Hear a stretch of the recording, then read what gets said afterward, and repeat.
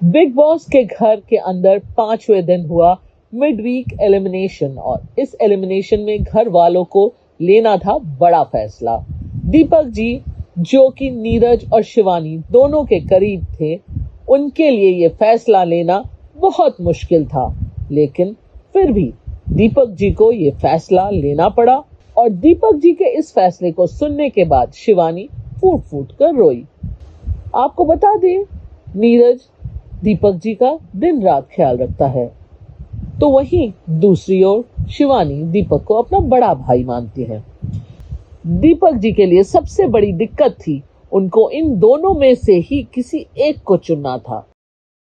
दीपक जी ने कहा कि भाई को एक बार फिर भी मैं समझा लूंगा, लेकिन बहन को धोखा नहीं दे सकता और इसीलिए मुझे लगता है कि मेरा अपना वोट शिवानी को दूंगा। मैं शिवानी को एलिमिनेट नहीं होने दूंगा। और यह सुनते ही शिवानी फूट फूट कर रोने लगी। घर में अब शिवानी सबसे ज्यादा इज्जत अगर किसी के दिल से करती है तो वो है दीपक चौरसिया की। एक दिन पहले दीपक जी से लड़ने वाले अरमान भी दीपक को अब अपने दिल की बातें बताने लगे हैं। उन्होंने बताया कि किस तरह 30,000 रुपए न होने की वजह से उनकी माँ का वो इलाज नहीं कर पाए, जिसके चलते उनकी माँ की मौत हो गई। पूरी ट्रीटमेंट के बारे में बताया। ऐसे में दीपक जी ने अरमान को संभाला क्योंकि अरमान काफी ज्यादा इमोशनल हो रहे थे।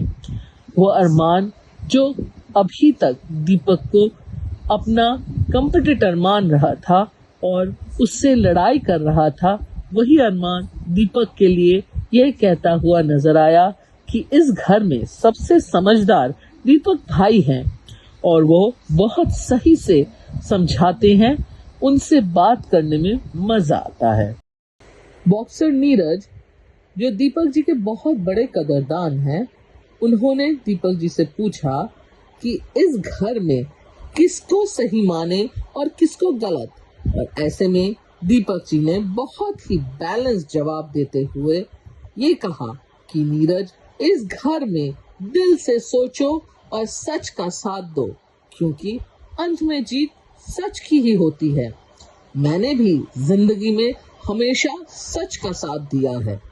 मुझे लोगों ने कई बार काफी कुछ बोला, लेकिन मैंने सच का दामन नहीं छोड़ा।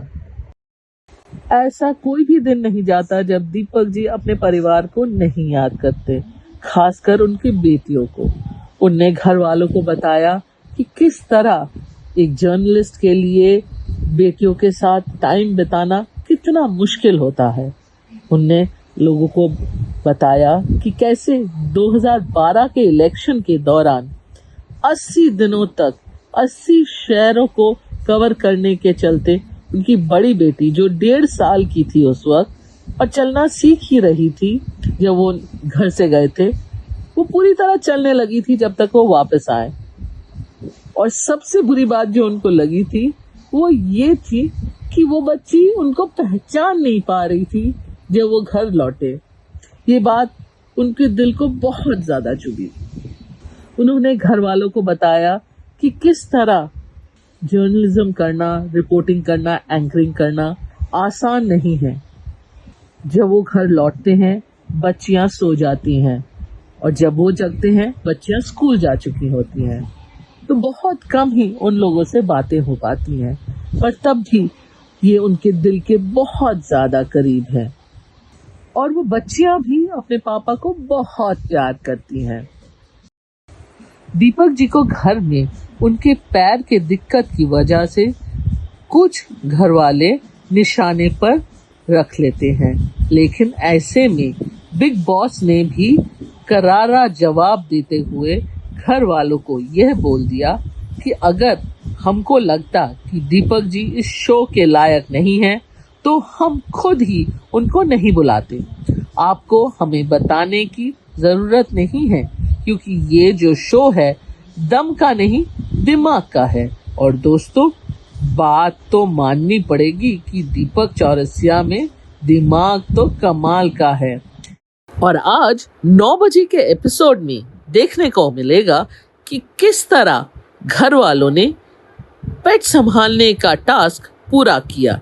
किसने क्या कहा और कैसे ये पूरा सिलसिला चलता रहा, और इसके बाद किस तरह बिग बॉस ने बिग बॉस के घर में रहने वाले लोगों को एक अलग अलग टास्क दिया।